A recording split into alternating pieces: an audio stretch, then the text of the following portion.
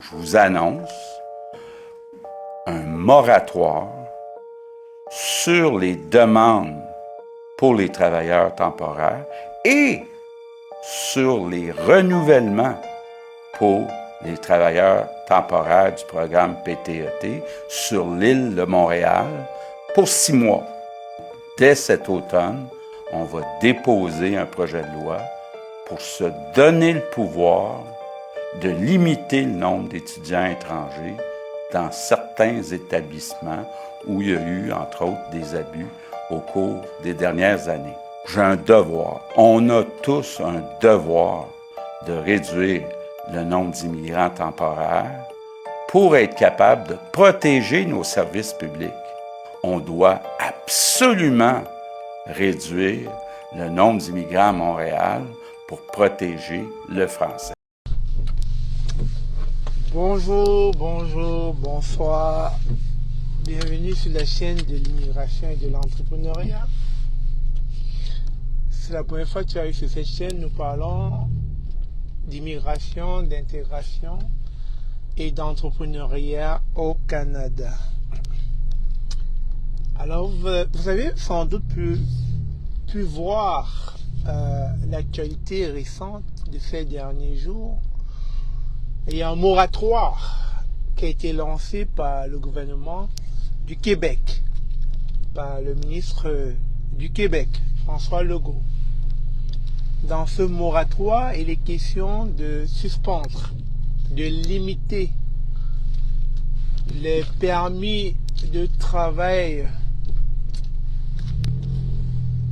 aux immigrants étrangers.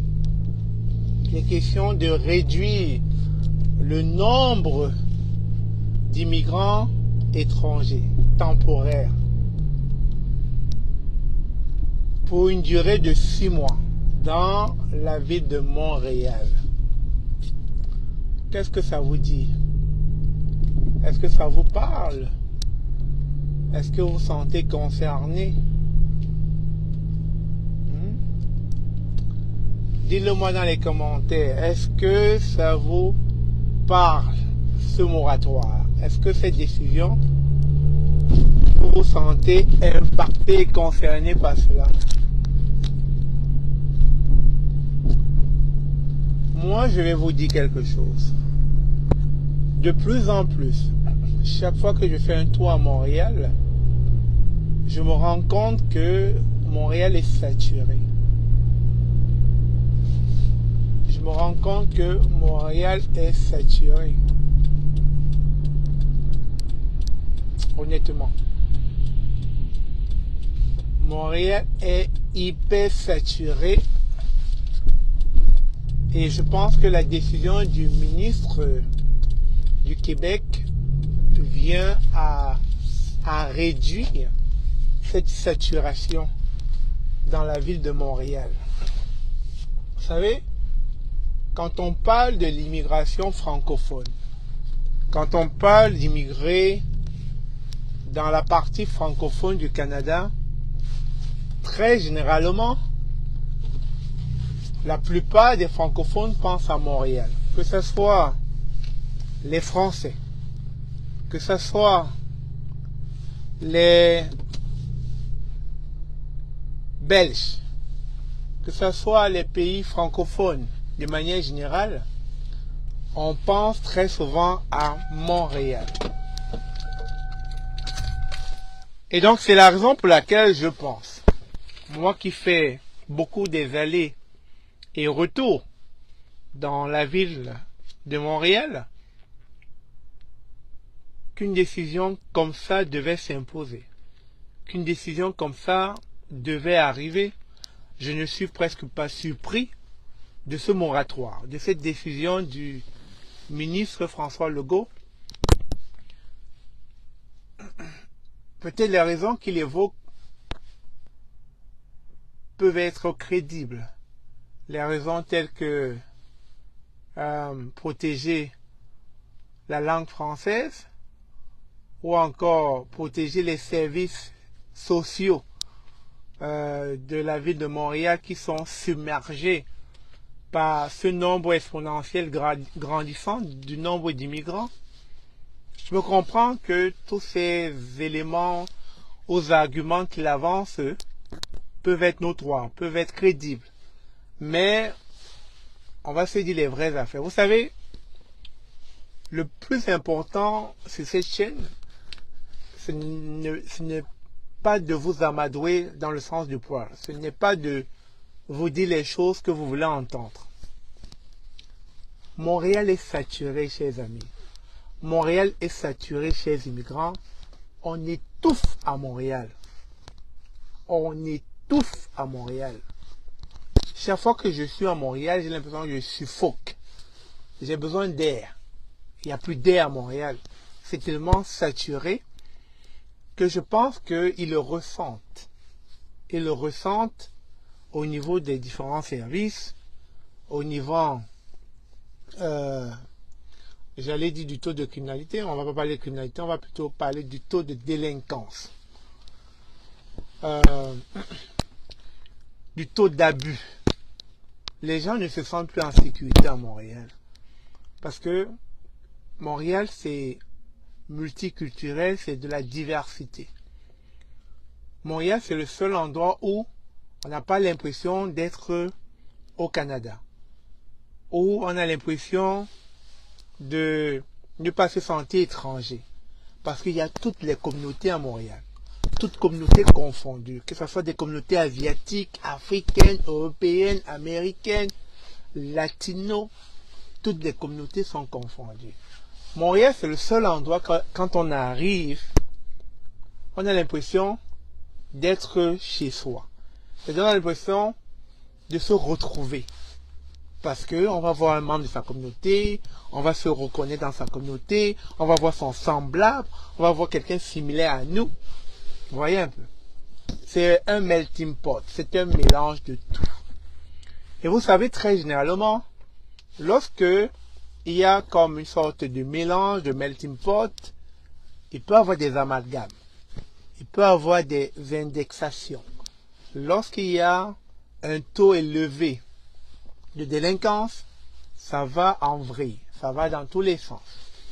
Et je pense que, vu l'allure des choses, vu la façon dont les choses sont en train d'évoluer, le gouvernement analyse, le gouvernement réfléchit. Et le gouvernement se dit, si je ne frappe pas mon poing sur la table, à un moment donné, je vais perdre le contrôle. Ça va déraper. Et vous savez très bien, très généralement, quand les choses dérapent et que le gouvernement n'arrive plus à avoir la même mise, ça peut devenir difficile. Et je pense que c'est la raison pour laquelle François Legault frappe du poing sur la table en mettant son moratoire en avant, tout simplement pour réduire. Il va le dire comme cela, mais je dirais plus pour contrôler le nombre d'immigrants vivant à Montréal. Parce que actuellement, ça semble aller au-delà de sa capacité. Ça semble submerger le gouvernement à tel point qu'ils n'ont plus le contrôle. Et dans mon analyse, il est donc important, et je dirais même crucial, pour ce contrôle, que le gouvernement québécois puisse mettre en vigueur ce moratoire ou cette loi qui consistera à réduire drastiquement, à baisser drastiquement le nombre d'immigrants à Montréal. Il n'a pas parlé de toutes les villes, en tout cas, de ce que j'ai suivi, il a parlé de la ville de Montréal. Et donc, ils vont réduire considérablement le permis de travail à tout type d'immigrants, temporaires, étudiants, travailleurs qui souhaiteront dorénavant s'installer dans la ville de Montréal. Des personnes qui seront recrutées, il faudrait qu'ils aient une marge salariale au-delà de 27 $ pour que leur dossier puisse passer. Parce que, vous savez, dans la procédure d'immigration, que vous le voulez ou pas, pour ceux qui viendront dans la province du Québec, Québec a son mot à dire. Québec a son moratoire à donner. Donc, lorsque vous serez recruté par un employeur, lorsque vous serez admis par un établissement désigné. Il faudra faire un CAQ, un certificat d'acceptation du Québec. Et, vous le savez, Québec se réserve le droit d'accepter votre CAQ ou de refuser votre CAQ. Ce qui voudra dire donc que tous ceux qui auront un contrat de travail et qui ne seront pas dans la contrainte voulue par la province du Québec, c'est-à-dire n'auront pas ce salaire de 27 $, il est possible que vous n'aurez jamais votre CAQ. Et si vous n'avez pas le CAQ, vous ne pouvez pas continuer votre procédure d'immigration, parce que pour pouvoir faire la demande de permis de travail, il va falloir avoir un contrat de travail et un CAQ. Mais si le CAQ ne vous est pas donné, ça n'aboutit à rien. Pareil pour les étudiants. Si vous n'avez pas le CAQ, votre demande de permis d'études n'aboutit à rien. Donc Québec a ce pouvoir de casser votre demande de permis d'études et de permis de travail. Et c'est la raison pour laquelle il vous donne un délai.